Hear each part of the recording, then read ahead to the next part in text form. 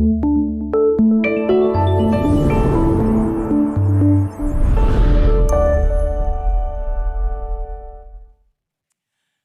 sejahtera bagi kita semua, selamat pagi, kasih karunia Tuhan kita rasakan. Kalau sampai saat ini kita ada sebagaimana ada, ini sungguh-sungguh karena kemurahan Tuhan. Amin saudara. Tuhan Yesus memberkati, saya sangat senang saudara begitu semangat, begitu antusias di dalam memuji memuliakan nama Tuhan. Tuhan Yesus kiranya memberkati kita semua. Tema khotbah hari ini yaitu jangan takut dengan tengah malam. Jangan takut dengan tengah malam. Ada apa dengan tengah malam? Apa dasarnya, apa alasannya kita tidak perlu takut ketika kita dibawa dalam situasi tengah malam? Kita lihat ayatnya di dalam Kejadian pasal yang pertama. Ayat yang ke-15, ayat yang ke-5, Kejadian pasal pertama, ayat yang ke-5, begini bunyi firman Tuhan. Dan Allah menamai terang itu siang dan gelap itu malam. Jadilah petang dan jadilah pagi. Itulah hari pertama. Puji Tuhan.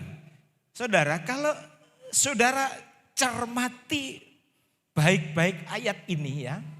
Kalau saudara selidiki baik-baik ayat ini, saya melihat ada satu kalimat yang saya rasa cukup menarik atau sangat menarik. Yaitu yang sudah saya kasih tanda merah. Jadilah petang dan jadilah pagi.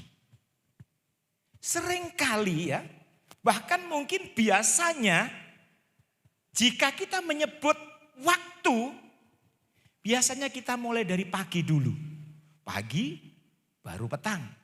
Atau pagi baru malam ya. Dan saya rasa sebutan ini lebih masuk akal daripada petang baru pagi. Ya. Seperti yang kalau saudara lihat di dalam kitab Rut pasal yang kedua, ayat yang ke-7 di sana.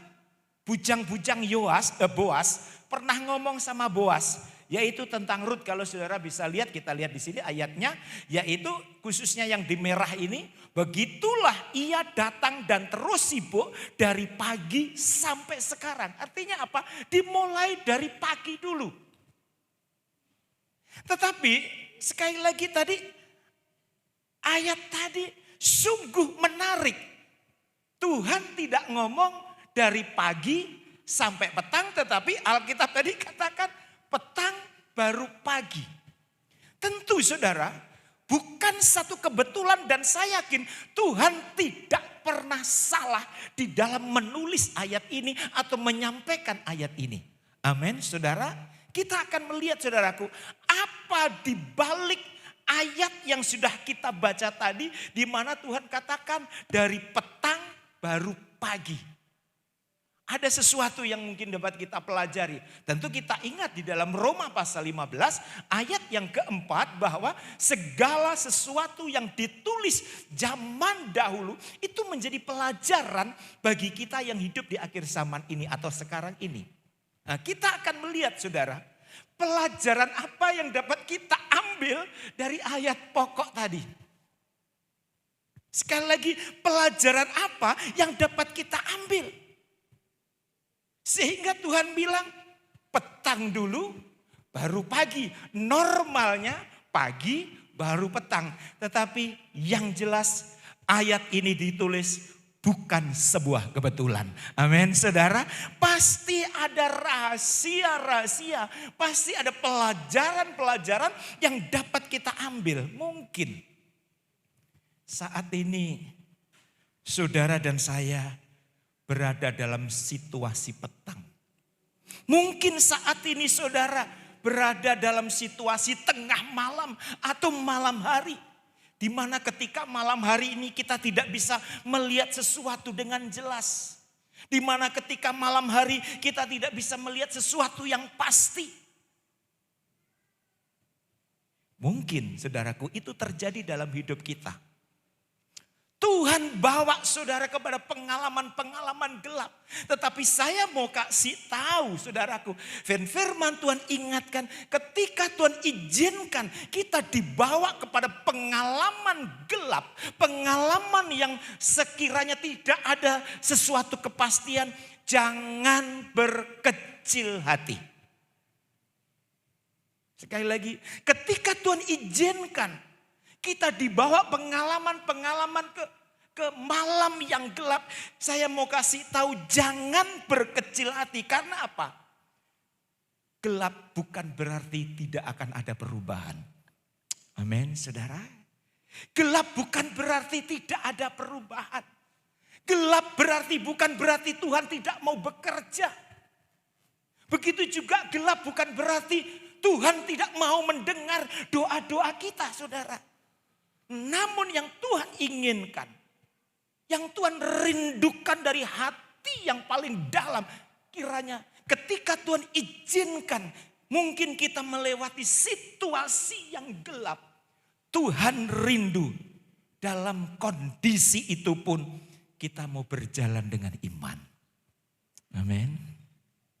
Dalam kondisi yang gelap pun Tuhan rindu kita tetap berjalan dengan iman. Karena apa? Ketika kita berjalan dalam penglihatan atau hanya yang kita lihat, mungkin gelap itu berbicara tentang bisnis yang tidak berkembang.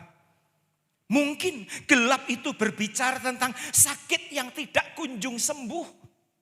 Mungkin gelap itu berbicara tentang jabatan yang tidak naik-naik. Jabatan yang tidak dipromosikan. Tetap saja saudaraku, tidak ada perubahan. Atau barangkali gelap itu berbicara tentang pergumulan yang tidak ada titik-titiknya. Hanya terus koma, tidak pernah ketemu yang namanya titik. Dan ketika hal ini terjadi, tidak menutup kemungkinan kita frustasi. Tidak menutup kemungkinan kita marah sama Tuhan. Tetapi firman Tuhan mengajar kepada kita. Ketika Tuhan izinkan kita dibawa kepada pengalaman gelap. Pengalaman tengah malam. Yesus mau kita tetap berjalan di dalam iman. Amin, saudara. Yesus mau kita tetap berjalan di dalam iman. Sekali lagi, sekalipun kita tetap di dalam kegelapan, Tuhan mau kita tetap berjalan dalam iman. Karena apa? Seperti firman Tuhan tadi ayat pokok. Tuhan bilang gelap baru pagi. Artinya apa? Saudara, pengalaman gelap yang saat ini kita hadapi itu tidak permanen. Milikilah prinsip ini. Saat ini mungkin saudara saat ini hidup di dalam situasi yang gelap. Tapi saya mau kasih tahu itu tidak permanen. Ada saatnya kita masuk di pagi hari. Amin saudara. Ada saatnya matahari bersinar. Itulah sebabnya firman Tuhan tadi katakan. Tuhan bilang dari gelap kepada terang. Dari gelap kepada pagi. Dari petang kepada pagi. Artinya apa? Tuhan tidak mau dan Tuhan ingin kita, iman kita, pengharapan kita bukan hanya tertuju kepada situasi gelap. Padahal tidak lama lagi akan masuk terang. Tidak lama lagi akan dibawa kepada satu hal yang luar biasa. Jadi ini yang saya rindu. Saya rindu. Karena ketika saudara fokus, kenapa ya doa-doaku kok tidak dijawab? Kenapa pergumulanku sudah sekian lama kok sepertinya kok ngambang? Tidak usah sedih. Sekali lagi tidak usah sedih. Kegelapan itu tidak permanen saudara. Amin. Kegelapan itu tidak permanen. Ada saatnya saudara akan dibawa ke pagi. Ada saatnya saudara akan dibawa ke terang. Dan ketika pagi datang, maka kuasa kegelapan tidak dapat menghentikan apa yang dijanjikan Tuhan dalam hidupmu. Amin, saudara. Ketika pagi muncul, ketika matahari terbit, maka kuasa kegelapan tidak bisa mencegah perwujudan yang dijanjikan Tuhan dalam hidup kita. Nah, jadi inilah yang perlu kita pegang, saudaraku. Saudara jangan hanya fokus, kenapa aku terus hidup di dalam kondisi seperti ini. Ingat, saudara tidak permanen ada di dalam ruang atau situasi malam gelap. Amin, saudara. Amin. Nah, ini. Karena kalau saudara merasa sepertinya sudah tidak akan muncul lagi matahari. Sepertinya sudah tidak akan muncul lagi nih matahari. Ketika saudara punya prinsip itu, saudara akan fokus kepada kehidupan yang tidak bisa berbuat apa-apa. Tapi ingat, firman Tuhan tadi katakan, dari petang menuju ke pagi. Artinya apa? Kita tidak selamanya hidup di dalam area petang. Kita tidak selamanya Tuhan izinkan hidup di dalam area tengah malam. Ada saatnya Tuhan akan bawa saudara dan saya ke pagi. Saudara yakin akan hal ini? Saudara yakin? Contoh yang konkret yaitu Yusuf. Ya. Ayat ini atau contoh ini sering kita dengar bagaimana Yusuf ketika mengalami cahaya penggenapan mimpi daripada Tuhan terwujud. Itu sungguh luar biasa. Namun kita lihat sebelum mimpi Yusuf itu terwujud, bahwa suatu saat dia akan menjadi seorang pemimpin. Bahwa suatu saat dia akan menjadi orang hebat. Tuhan bawa Yusuf kepada pengalaman tengah malam. Tuhan bawa Yusuf kepada pengalaman gelap, saudaraku. Dan tengah malam ini bukan dari orang lain, tetapi justru dari orang-orang yang dekat dengan Yusuf, yaitu saudara-saudaranya. Saudara-saudaranya benci kepada Yusuf. Saudara-saudaranya iri dengan Yusuf. Dan karena benci, karena iri, jubah yang maha indah milik Yusuf ditanggalkan, dilepas. Jubah berbicara tentang harga diri. Jubah berbicara tentang nama baik. Nama baik Yusuf dilepas. Nama baik Yusuf dicemarkan.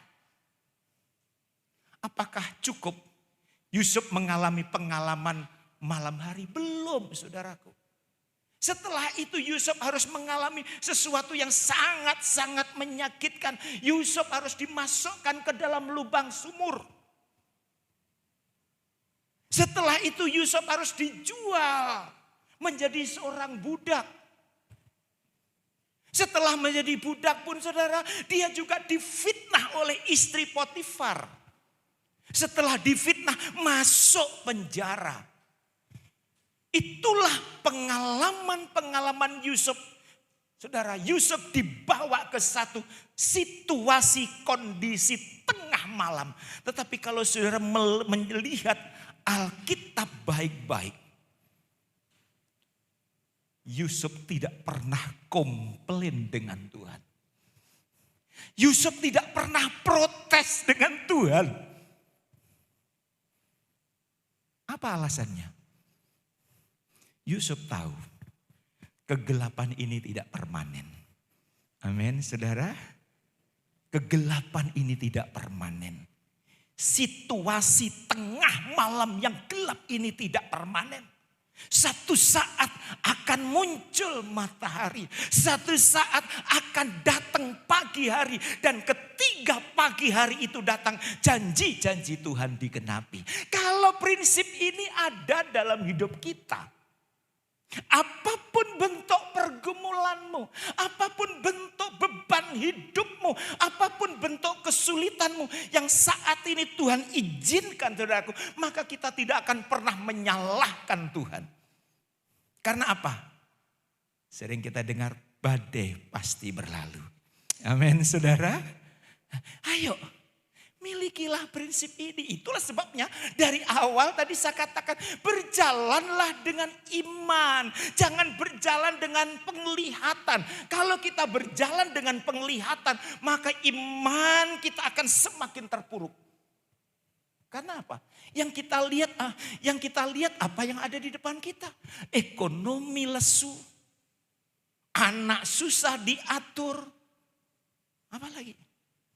Kondisi yang terlalu tidak memungkinkan banyak. Karena apa? Ketika kita melihat apa yang ada di depan kita, dipastikan kita akan frustasi. Tetapi ketika kita melihat berjalan dengan iman, maka kita akan berkata, aku tahu saat ini ekonomi masih lesu. Tetapi janji Tuhan akan menolong saya. Amin saudara. Prinsip inilah yang perlu kita miliki saudara.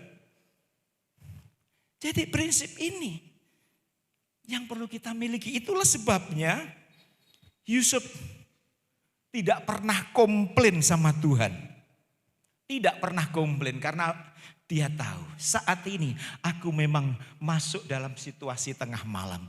Tetapi saatnya nanti tengah malam akan berakhir dan yang datang pagi hari. Kalau ini ada dalam kehidupan kita, itu sungguh luar biasa. Itulah sebabnya Yusuf tidak pernah komplain. Sehingga Alkitab digenapi.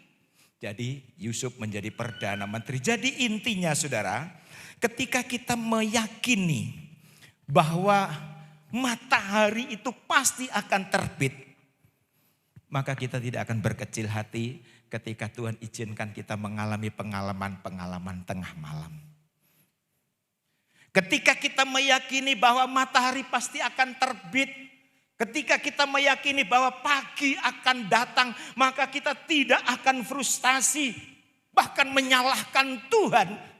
Ketika Tuhan izinkan saat ini kita menghadapi satu pergumulan, bahkan ketika kita berjalan dengan iman, yang keluar dari mulut kita adalah puji-pujian. Sekalipun kita hidup di tengah-tengah dalam kondisi tengah malam, masih kita bisa memuji Tuhan, masih kita bisa berdoa, masih kita bisa mengucap syukur. Karena apa? Kita berjalan dengan iman, dan itulah yang dialami oleh Paulus dan Silas.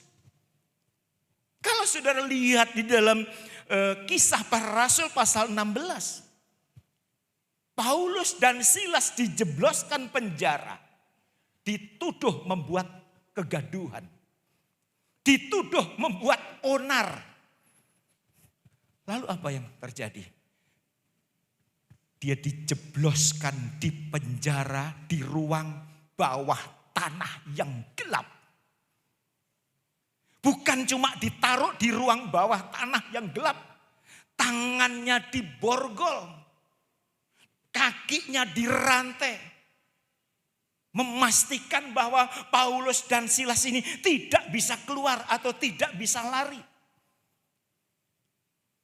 Situasi malam yang gelap itu pun belum cukup yang dialami oleh Paulus dan Silas. Masih disiapkan penjaga yang begitu siap 24 jam di luar pintu penjara. Wow, saudaraku. Kalau kita melihat fakta penjagaan yang super ketat, sepertinya Paulus dan Silas tidak bisa keluar. Dan itulah saat tengah malam bagi Paulus dan Silas. Tetapi kita lihat dalam kondisi itu sekali lagi, bisa saja Paulus dan Silas berdalih. Bisa saja Paulus dan Silas protes sama Tuhan. Tuhan, ini tidak adil Tuhan. Ini benar-benar tidak adil Tuhan. Kenapa semua ini menimpa kami Tuhan? Ini tidak adil Tuhan. Kami sudah melakukan apa yang Engkau ingini Tuhan. Yaitu menyampaikan firman, yaitu memberitakan firman. Apa yang salah? Bisa saja Paulus dan Silas protes sama Tuhan. Tetapi saudara melihat, kalau saudara teliti baik-baik ayat ini, Paulus tidak pernah protes sama Tuhan. Justru Alkitab katakan di tengah malam mereka berdoa dan memuji Tuhan. Ini yang saya katakan berjalan dengan iman. Kalau saudara dan saya berjalan dengan iman, sekalipun mungkin kita mengalami pengalaman seperti Paulus dan Silas, sekalipun kita mungkin mengalami beban yang begitu berat, maka kita akan masih dengan mudah berdoa, dengan mudah memuji Tuhan. Amin, saudara. Tetapi sebaliknya, ketika kita berjalan dengan penglihatan, atau seperti Paulus berjalan dengan penglihatan, dipastikan Paulus dan Silas akan ngomel. Karena apa? Dia sudah melakukan sesuatu yang baik. Dia sudah melakukan sesuai dengan kehendak Tuhan, tetapi harus diikat, harus dipenjara, harus dibuang di tempat di bawah tanah yang paling gelap. Tetapi disinilah Paulus berjalan dengan iman. Itulah sebabnya dia bisa memuji Tuhan. Itulah sebabnya dia bisa berdoa. Dan ketika surga mendengar, ada pujian dari bawah tanah. Surga mengirimkan malaikatnya. Tuhan menggetarkan tanah. Terjadilah gempa bumi yang dahsyat. Apa yang terjadi? Pintu-pintu penjara terbuka. Bukan cuma pintu-pintu penjara yang terbuka. Rantai yang mengikat tangan dan kaki Paulus secara otomatis terlepas. Dan Paulus bisa berjalan keluar dengan bebas. Amin, saudara. Kita lihat dahsyatnya. Dahsyatnya pujian yang dinaikkan saat tengah malam. Jadi mari, saya tidak tahu beban apa yang saat ini sementara saudara pikul. Permasalahan apa yang saat ini sementara saudara tanggung. Kalau mungkin saudara merasa, Om, aku sudah tidak mampu menghadapi kesulitan ini, Om. Mungkin saudara pernah ngomong, Om, aku rasanya sudah tidak tahan menghadapi situasi seperti ini, Om. Ayo, mulailah berjalan dengan iman. Ada saatnya pagi datang. Amin, saudara. Ada saatnya matahari terbit. Tidak selamanya saudara ada di tengah malam. Saya melihat di sini ada hal yang menarik, saudara. Ada hal yang menarik. Alkitab tadi mencatat bahwa, coba kita lihat ayatnya ya. Di dalam Kisah Para Rasul pasal 16 ayat 25. Tetapi kira-kira tengah malam, Paulus dan Silas berdoa dan menyanyikan puji-pujian kepada Allah. Dan orang-orang hukuman lain mendengarkan mereka. Tengah malam. Tidak disebutkan jam berapa di sini. Tetapi Alkitab mencatat pada waktu tengah malam Paulus dan Silas memuji Tuhan. Mungkin saat Paulus dan Silas berdoa itu jam 11 malam atau jam 23. Setelah berdoa kok tidak ada perubahan. Paulus dan Silas tidak berhenti berdoa. Setelah itu apa yang dilakukan? Mungkin jam 11.30 Rasul Paulus dan Silas mulai menyembah Tuhan, mulai memuji Tuhan. Itu pun kok sepertinya kok tidak ada perubahan juga. Dia tidak berhenti, saudaraku. Yang dia lakukan adalah berdoa memuji Tuhan. Dan setelah lewat jam 12 malam. Setelah tengah malam berlalu dan mulai masuk pagi hari. Disitulah Tuhan nyatakan kuasanya. Akhirnya apa? Terjadilah gempa yang seperti saya katakan tadi. Sehingga Paulus dan Silas bisa bebas. Dan akhirnya dia bisa terlepas. Bahkan saudara lihat. Justru lewat pengalaman tengah malam yang dialami oleh Paulus dan Silas. Kepala penjara dan keluarganya bertobat, menerima Yesus Kristus sebagai Tuhan dan Juru Selamat. Amin, saudara. Ini yang Tuhan inginkan, saudaraku. Itulah sebabnya sekali lagi ketika Tuhan izinkan kita dibawa dalam situasi tengah malam, coba mari kita belajar. Aku mau berjalan dengan iman. Karena apa? Biasanya di balik semuanya itu ada sesuatu yang tidak kita duga. Itulah sebabnya mungkin sekali lagi, saat ini mungkin saudara sementara sedang di area gelap, di area tengah malam. Maukah saudara memuji Tuhan? Maukah saudara berdoa? Halo? Bisakah? Masih percayakah saudara bahwa Tuhan Yesus janjinya sedang dalam perjalanan? Percaya saudara, janji Tuhan Yesus sedang dalam perjalanan. Tadi pagi saya katakan dalam ibadah pertama, jangan selalu mengikuti perasaan. Memang Tuhan ciptakan kita punya perasaan. Tetapi jangan selalu jangan selalu kita mengikuti perasaan. Mengapa saudaraku? Sebab ada kalanya perasaan itu tidak selalu mengatakan yang sebenarnya. Tadi pagi saya katakan begitu. Ada kalanya perasaan itu tidak selalu mengatakan yang sebenarnya. Mari mulai saat ini belajarlah berjalan dengan iman. Orang yang berjalan dengan iman, saudaraku, sekalipun dalam saat ini dalam kondisi yang memprihatinkan, tetap ada pujian. Ya, mungkin saudara berkata, Tuhan, memang di sekitarku saat ini masih gelap. Ya. Memang di sekelilingku saat ini masih gelap. Tetapi aku yakin cahaya terang sedang berjalan menyertai aku. Amin, saudara. Ini yang luar biasa ya. Ini yang luar biasa. Mungkin saudara bisa berdoa, Tuhan, memang saat ini aku karyawan yang biasa. Tetapi aku yakin promosi sedang berjalan menunggu aku. Promosi sedang berjalan menanti aku. Prinsip inilah yang perlu kita miliki. Mungkin saudara ngomong dalam hati, Om, saya sudah melakukan apa yang Om sampaikan loh. Saya sudah berdoa loh Om. Saya sudah belajar mengucap syukur loh Om. Saya sudah memuji-muji Engkau loh Om. Tapi mengapa tidak ada perubahan sampai sekarang Om? Ekonomiku enggak maju-maju Om. Bisnisku begini-begini saja Om.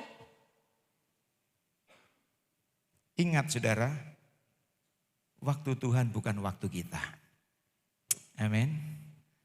Waktu Tuhan bukan waktu kita. Teruslah berjalan dengan iman. Teruslah melakukan yang benar. Yakini setelah lewat tengah malam, maka tidak lama lagi saudara akan menemukan matahari. Saudara akan menemukan pagi hari yang itulah yang ditunggu-tunggu oleh kita sebagai orang yang percaya. Ini yang Tuhan inginkan. Itulah sebabnya sekali lagi, jangan sedih. Jangan frustasi ketika Tuhan izinkan kita menghadapi situasi gelap atau pengalaman gelap. Karena apa? Ada kalanya itu Tuhan izinkan saudaraku untuk mempersiapkan diri kita. Jadi ada kalanya Tuhan tunda jawaban yang dari doa kita. Itu ada kalanya apa? Tuhan ingin lihat, oh dia belum siap terima berkat.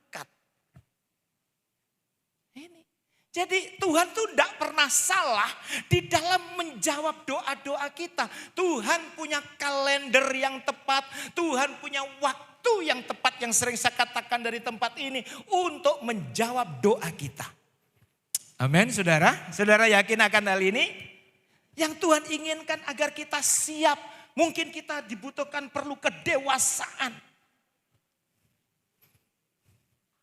Satu contoh yang terakhir. Contoh yang terakhir. Tuhan bilang sama Samuel, Samuel lantik Daud menjadi raja Israel.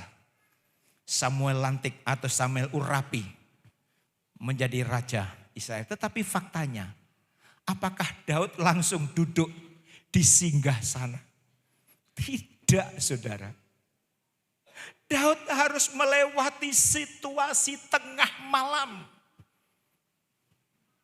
Daud tidak langsung duduk menjadi raja, saudara. Dengan tongkat kerajaan, tidak. Setelah diurapi menjadi raja, Tuhan izinkan Daud harus melewati pengalaman tengah malam. Yaitu apa? Dia menjadi DPO, daftar pencari orang. Saul mengejar-ngejar Daud, saudaraku. Daud sangat menderita. Malam kedinginan, panas, siang kepanasan, saudara. Tetapi saudara perhatikan. Ketika Daud dikejar-kejar Saul, apakah ada keluar dari mulut Daud?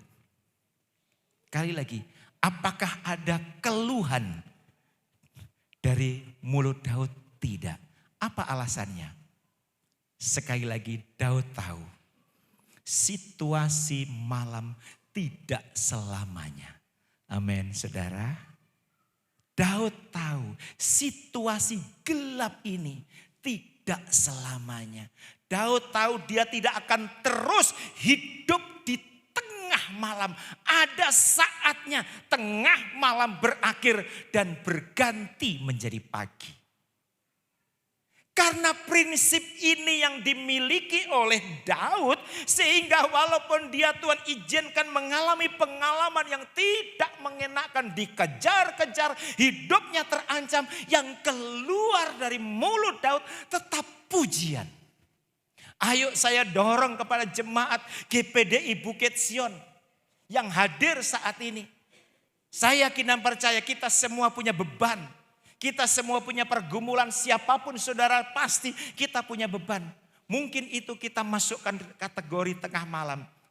Jangan berkecil hati. Ya. Terus naikkan syukur kepada Tuhan. Terus naikkan syukur kepada Tuhan.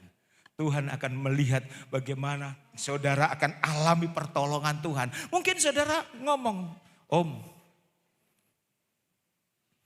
enggak apa-apa biar anak-anak datang. Silakan saudara fokus di sini. Om,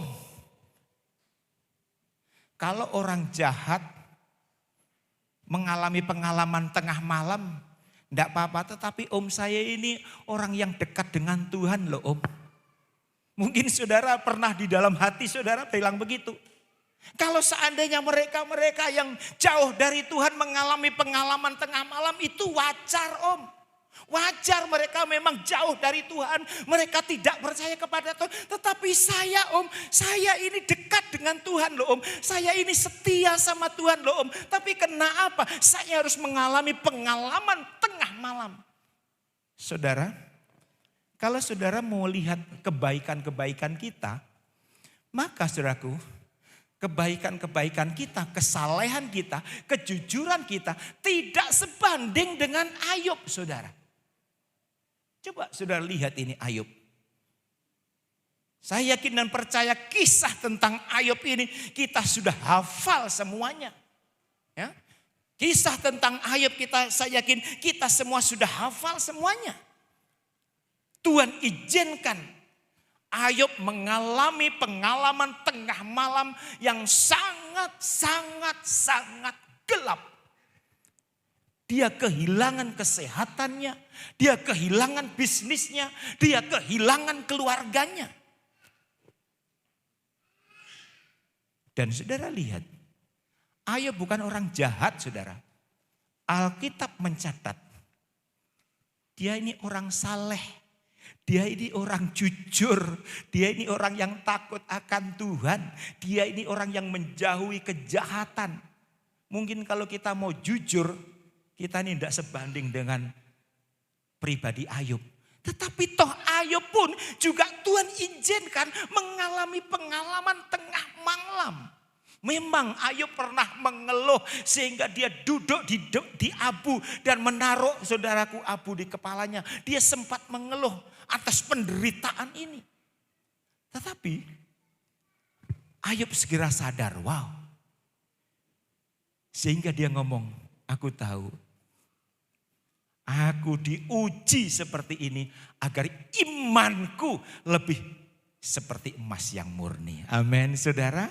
Nah, itulah sebabnya, saudara. Dan akhirnya apa? Setelah Ayub menyadari bahwa ini ujian Tuhan, setelah itu Ayub baru berkata, Tuhan, akulah yang salah. Engkau tidak salah. Akulah yang salah.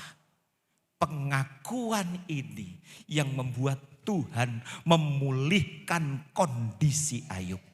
Pengakuan ini yang membuat Tuhan tergerak memberkati Ayub 2 kali ganda.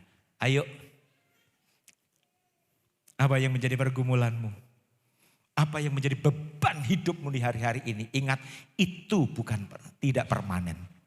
Amin, saudara. Masalah yang saudara hadapi, kesulitan yang saudara hadapi, problema yang saat ini saudara ada dalam hidupmu, itu bukan permanen. Ada saatnya saudara akan dibawa oleh Tuhan di pagi hari, di mana janji-janjinya dinyatakan dalam hidup saudara. Saudara yakin akan hal ini? Amin. Berikan kemuliaan untuk Tuhan kita Yesus Kristus. Ayo silakan pemain musik. Mari. Sekali lagi saya tidak tahu beban apa yang ada di dalam hidupmu. Yang jelas kita punya beban. Yang jelas kita semua punya masalah. Ingat, bebanmu tidak permanen. Masalahmu tidak permanen. Tuhan izinkan semuanya itu. Tuhan ingin melihat apakah di tengah-tengah situasi yang gelap. Di tengah-tengah saudara dibawa kepada malam hari yang gelap. Masih ada ucapan syukur. Ya, masih ada pujian. Wow, inilah yang Tuhan inginkan. Kalau siang hari saudara, kalau semuanya berjalan dengan baik, tidak ada yang mengkhawatirkan, tidak ada yang menakutkan, bisnis berjalan dengan baik, rumah tangga baik-baik, anak-anak manis-manis, semua sehat-sehat. Tidak sulit kita memuji Tuhan, tidak sulit kita mengucap syukur. Tetapi ketika Tuhan bawa kepada situasi yang gelap, masih bisakah kita memuji Tuhan? Anak melawan, bisnis menurun, kesehatan tidak stabil. Apalagi orang-orang di sekitar kita mungkin mengecilkan kita atau mengucilkan kita. Kita dibohongi, kita ditipu, kita dirugikan. Masihkah kita berkata, Tuhan, aku memuji Engkau. Aku mau belajar memuji Engkau. Aku mau berdoa untuk Engkau. Seperti yang dialami oleh Paulus dan Silas, seperti yang dialami oleh Daud, seperti yang dialami oleh Ayub. 3 tokoh ini mengalami pengalaman malam yang sangat gelap, tetapi tidak permanen. Ujung-ujungnya semua diberkati Tuhan. Kiranya Tuhan Yesus memberkati firman-Nya. Haleluya. Terima kasih Tuhan Yesus.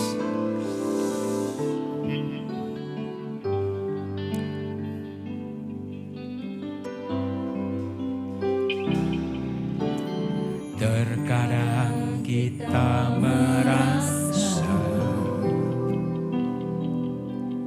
tak ada jalan terbuka, tak ada lagi waktu, terlambat sudah. Terima kasih Tuhan. Tuhan tak pernah berdusta. Katakan amin saudara. Dia selalu pegang janjinya. Amin, amin. Bagi orang percaya, mujizat nyata.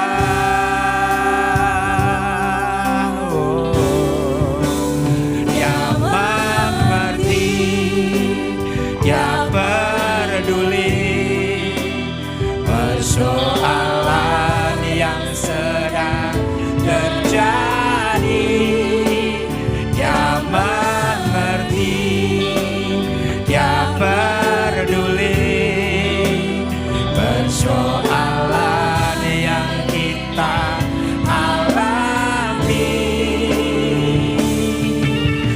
satu yang Dia minta, agar kita percaya sampai mujizat